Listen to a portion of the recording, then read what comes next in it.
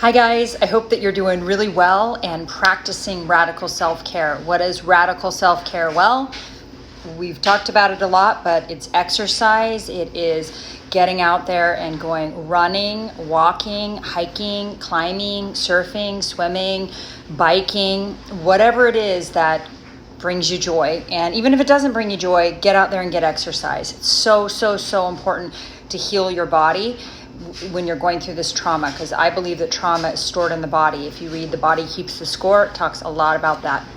Yoga is also awesome. Meditation, key, very helpful. Meditation, I practice prayer. It's a spiritual, exercise that I practice that I believe really works. Prayer, meditation, exercise, eating really healthy foods, drinking plenty of water, and very crucial that you surround yourself with kind people, good people, loving people, people that are safe, people that without a doubt want you to be well and happy, and they want your highest and best good, right? The opposite of a narcissist. Narcissists pretend that they want that, the covert ones, but really they want the worst things for you. They don't want you to be well and happy, especially if you left them or if they discarded you. They want you to be miserable, and who cares what they want? But for you, it's so important that you really do self-care and just, focus on what you can do to help make your life thriving and beautiful and rich, right? Beautiful life. So it's very hard to do this when you're in a traumatized state, when your brain is traumatized and you're absolutely reeling from learning that the person that you thought was this, decent human being is actually this, not good person, and they're totally different than who you thought they were, especially if they're the coverts or like sociopaths. You think they're one way and they're not. They're totally different than you thought they were. But super important that you get out there and you really take good care of yourself.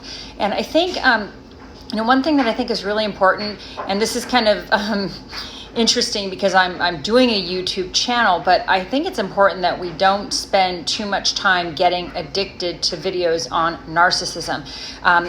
At some point, I think it is part of the normal process to watch these videos because you need validation.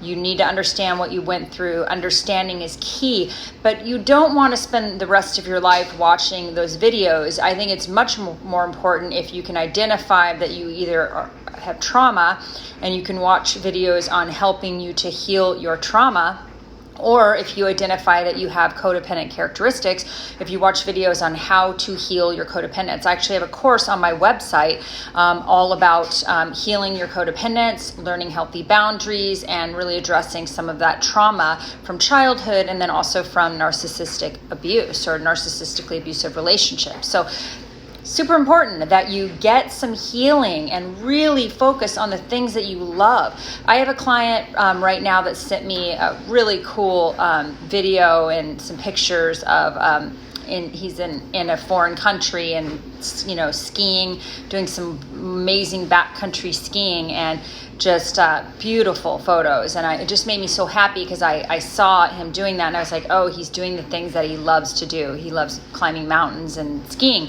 And it just brought me happiness seeing that he's back to doing the things that nourish his soul. And I have another client that loves yoga, and she's really trying to stick to her yoga practice and her recovery practice. And I just think it's so important that you get back to the things that center you and ground you. And I know that this can be really difficult to do when you're in this horrible state of trauma.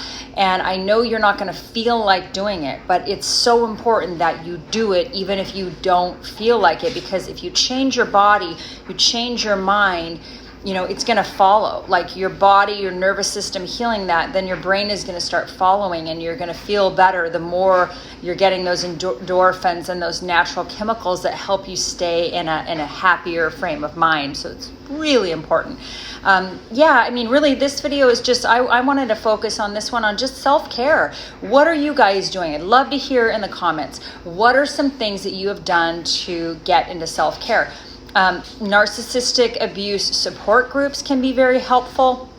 Again, I don't want you to get addicted to some of them on Facebook, where all you're doing is ruminating and getting triggered and, kind of railing on the narcissist. Like, I don't think that's a good solution. If the support group is offering solution and help for healing your trauma, your codependence, for moving past this toxic relationship and never getting into another one, then that's one thing. But if you're just ruminating and, kind of whining about the narcissist to other people on those, on those groups, it's probably not super healthy. I know that in the beginning, it's sort of like a lot of times you do end up doing that, but I think the more you heal and you progress through this process, it's important to be very mindful about what you are feeding your mind, right?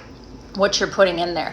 I really, really love the book, The Body Keeps the Score. I think everyone should read that book, not just people who've been through narcissistic abuse. Another book that I think is really helpful is Healing from Hidden Abuse by Shannon Thomas. She's awesome. And then The Human Magnet Syndrome by Ross Rosenberg. That's another good one. Whole Again by Jackson McKenzie. I'm going to keep sort of saying these books because these are some of the books I read that literally saved me. They helped me to heal. They really taught me, how to move past this and how to get some healing. I also believe strongly in seeing a trauma therapist. That helped me a lot. I did some EMDR. I did transcranial magnetic stimulation. I did a lot of different things focused on how to heal and cure and get better, specifically complex PTSD and trauma.